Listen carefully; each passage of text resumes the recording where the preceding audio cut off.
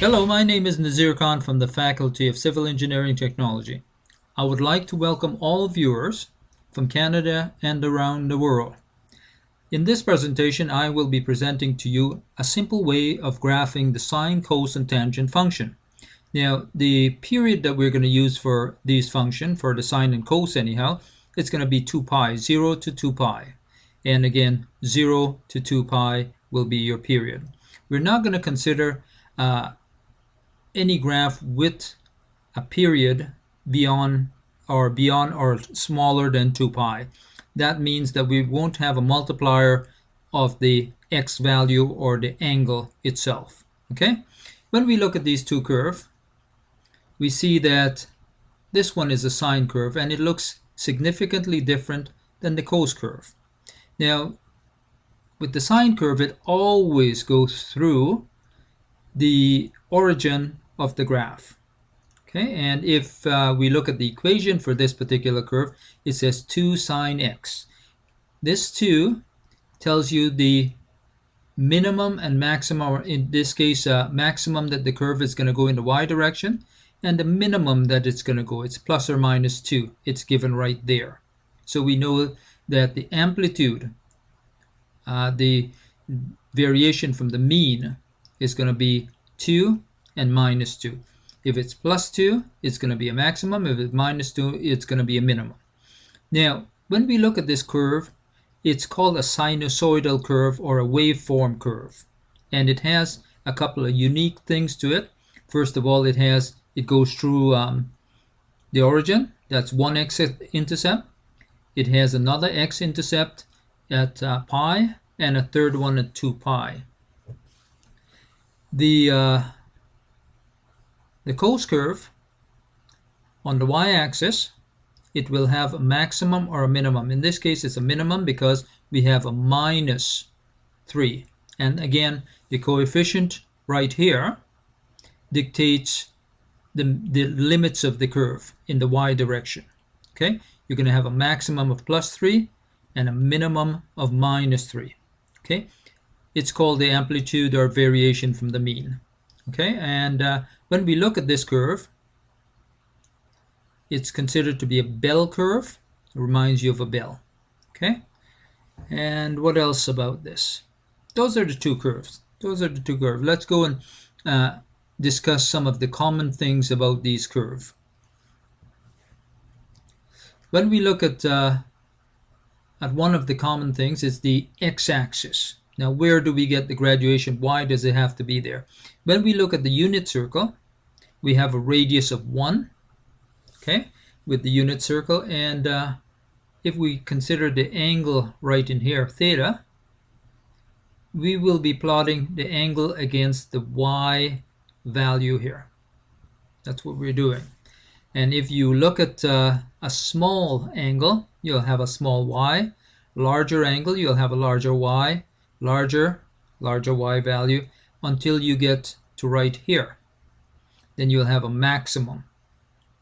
And then you would start to go to a minimum, or you're going to go through the intercept first, and then you're going to go to a minimum, and then you're going to close off. So this is generally the shape for the sine curve.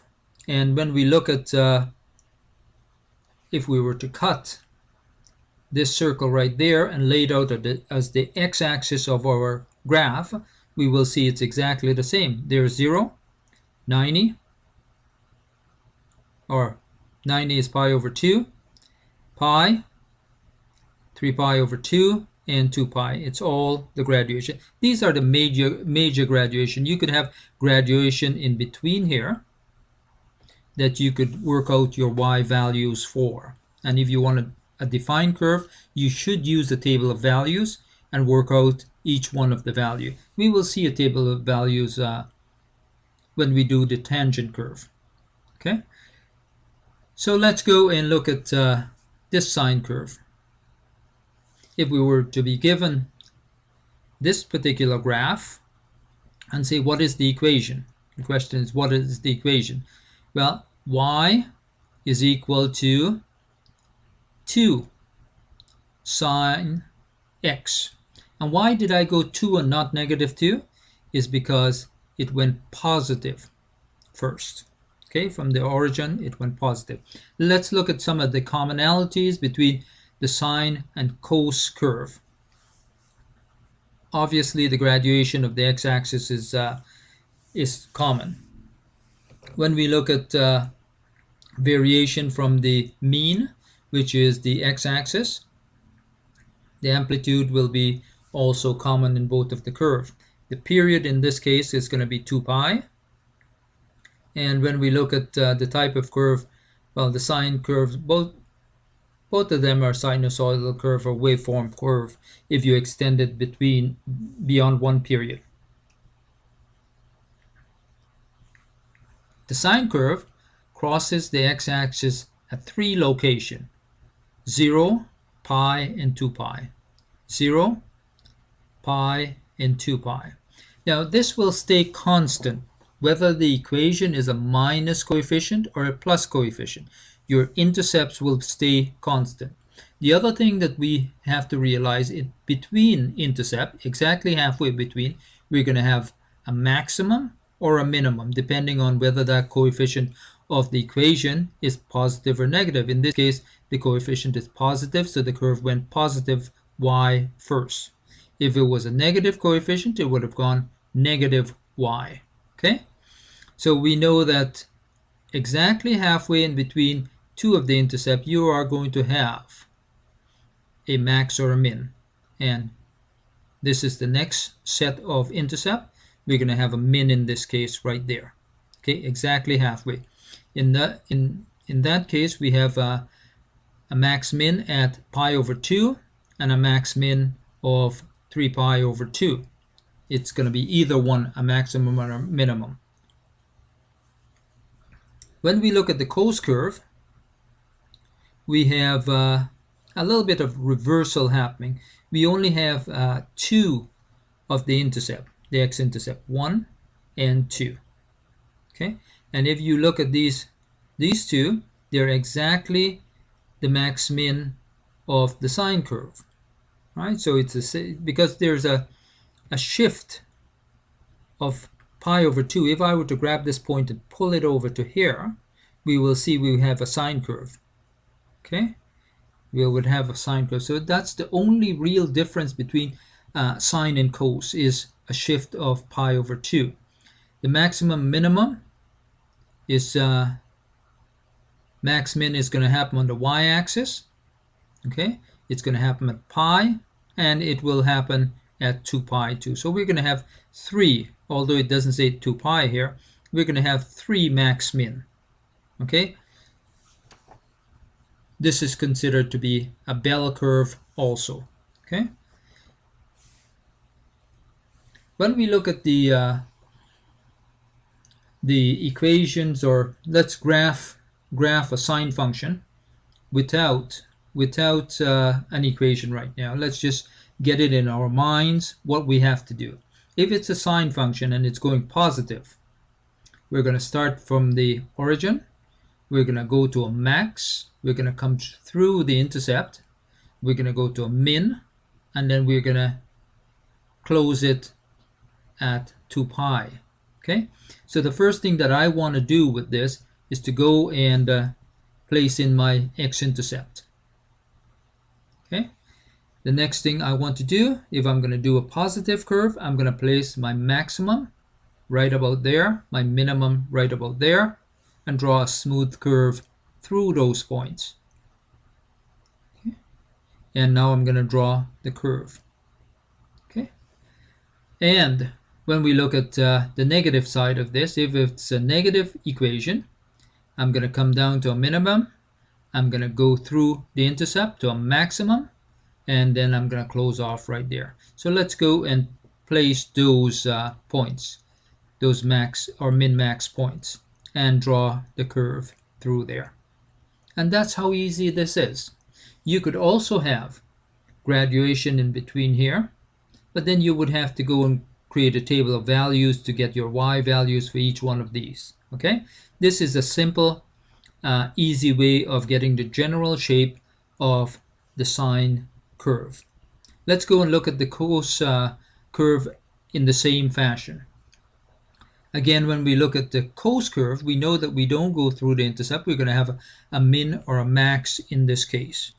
We are going to have an intercept there, an intercept there. We are going to have, if we are positive, we're going to come through this. We're going to have a maximum here, through this point, and a maximum here. So we're going to have a minimum right in this location. Let's go and put in the x-intercepts. Okay, and let's go and put in our max min.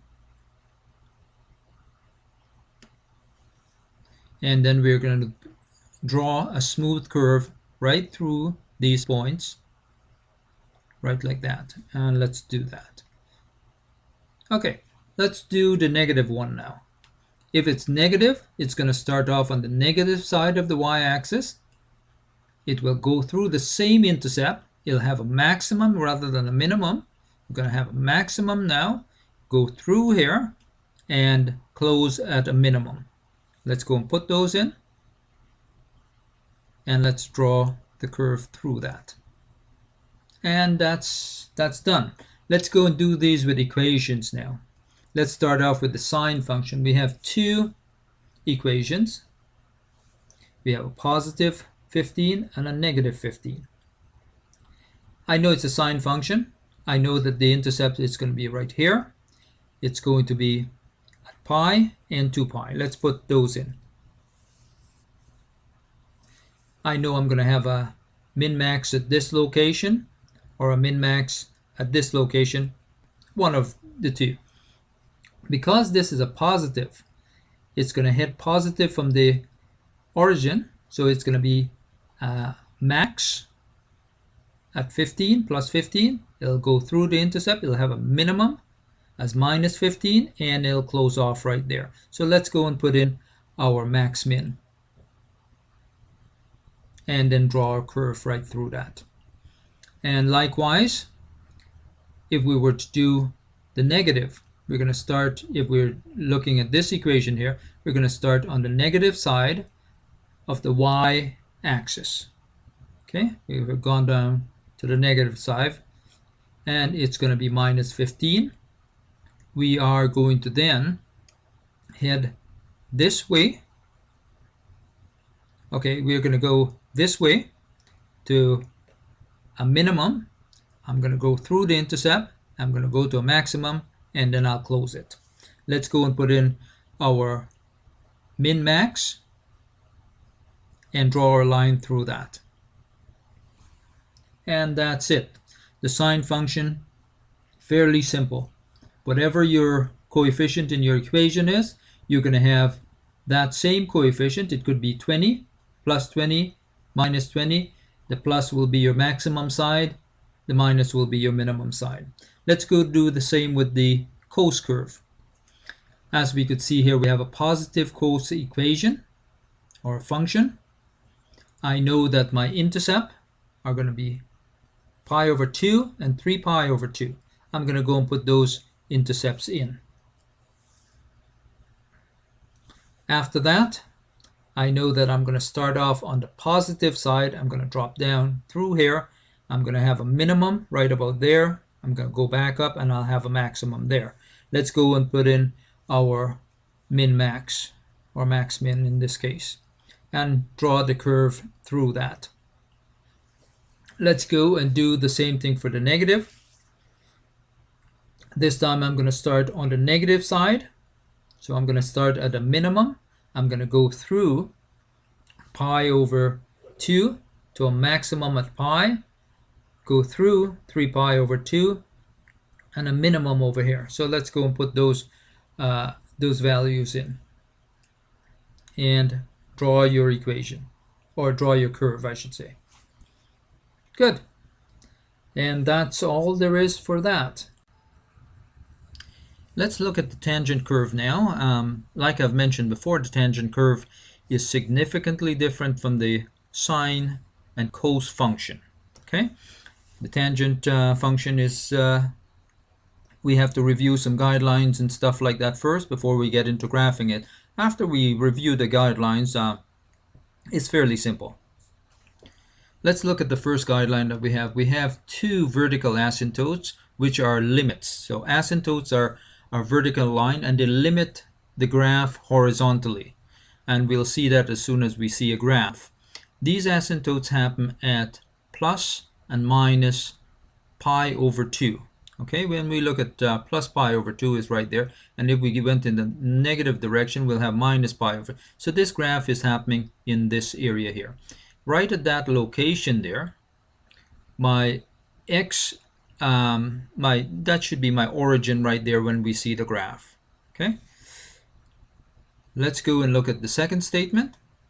The period of the tangent function is now pi. If you remember that with the sine and cos function, we had 2 pi as the period, but when we look at the period of the tangent function, because of the asymptotes where they're located, we only have 180 degrees in between there. So when we're looking from here to here, that's 180 degree. That is your period. The graph of the tangent function crosses the x-axis at the origin. So we have a x and y intercept right at the origin when we see the actual graph.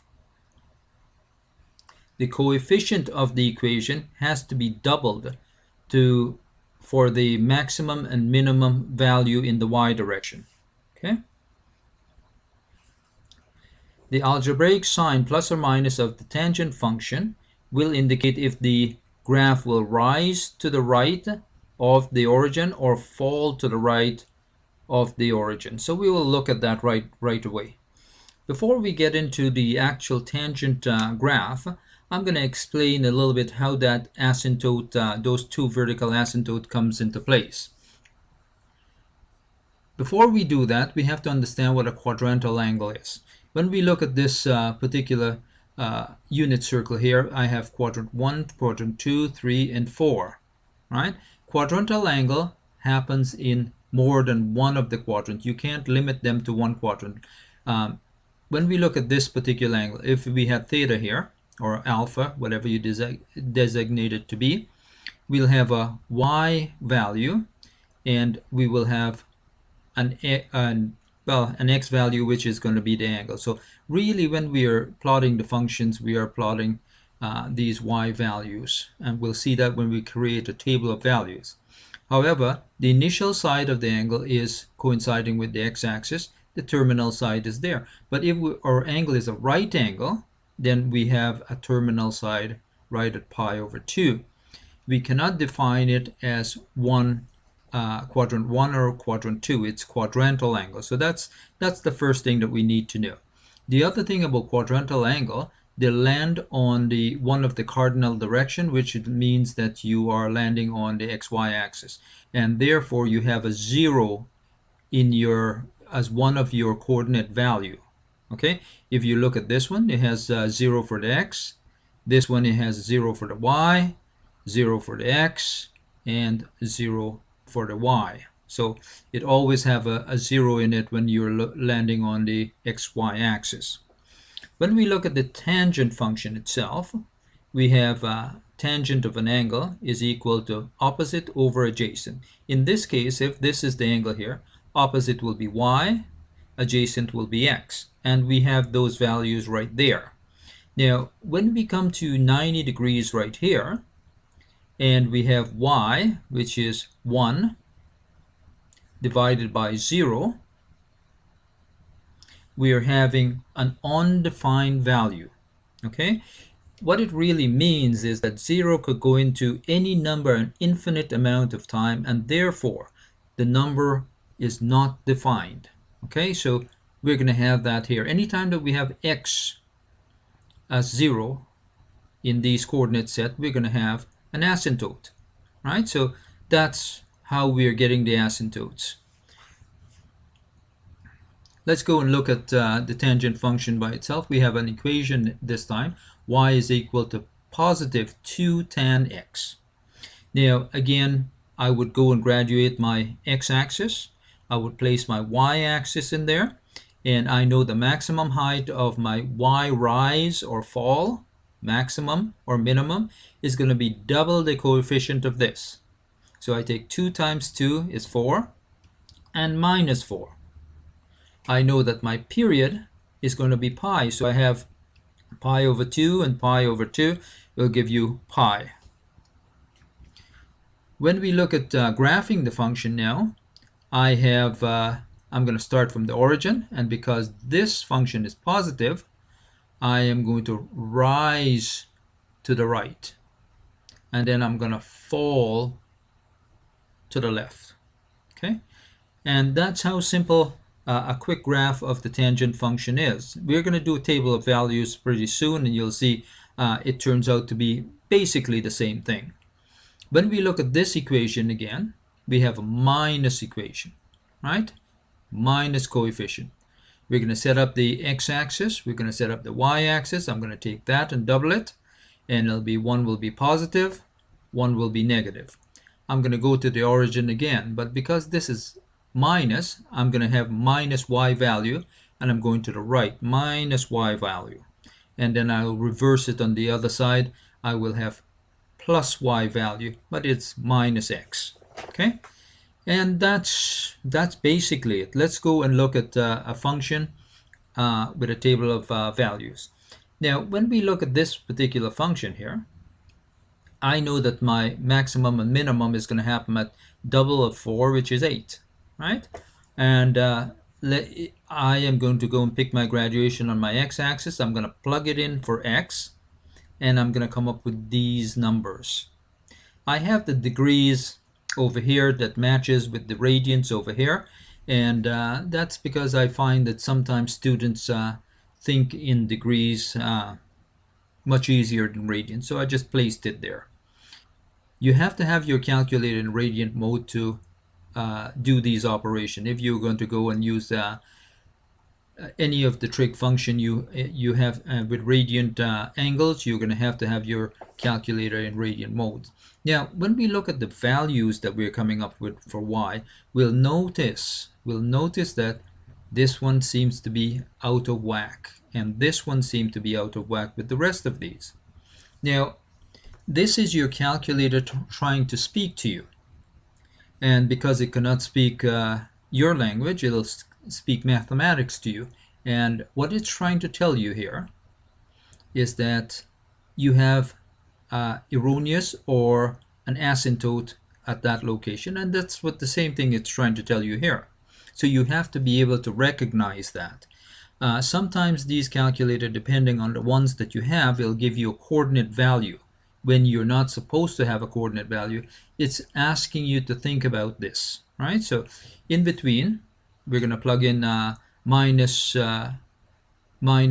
pi divided by 3 for x, and we're going to run that, and we'll come up with these numbers.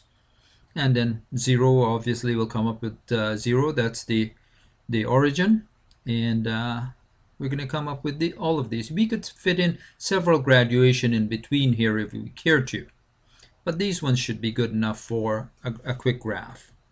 And then when we go and graph this, the same scenario happens. We are going to go and graduate our x-axis. We know that 4 times 2, 8. These will be our vertical limits. The asymptotes are our horizontal limits. And we're going to start from the origin, and we're going to rise to the right because this is a positive. And then we're going to fall to the left of the origin. Okay, and let's go to another one. Now we have a minus with our equation. So this is a minus tangent function. And again, table of values, you pick your x value. You have your calculator in radian mode, and you plug that x value right in here, and you come up with your y values. The calculator again is telling you asymptote, asymptote. Go and plot them up, and you will fall to the right this time. Fall in the y direction. You're going negative in the y direction. Okay? And you're going to go positive in the minus x direction. Okay? Your positive y. these are just some guidelines to get you to understand the tangent curve. I hope that this presentation helps you with your understanding of the sine, cosine, tangent curve. And if you like the presentation or you find it useful, give me a thumbs up on the screen or send me a message, and that would really be appreciated. I think that I'm not wasting my time with these videos. Thank you very much. Have a nice evening. Bye-bye. Up on your feet, let's see.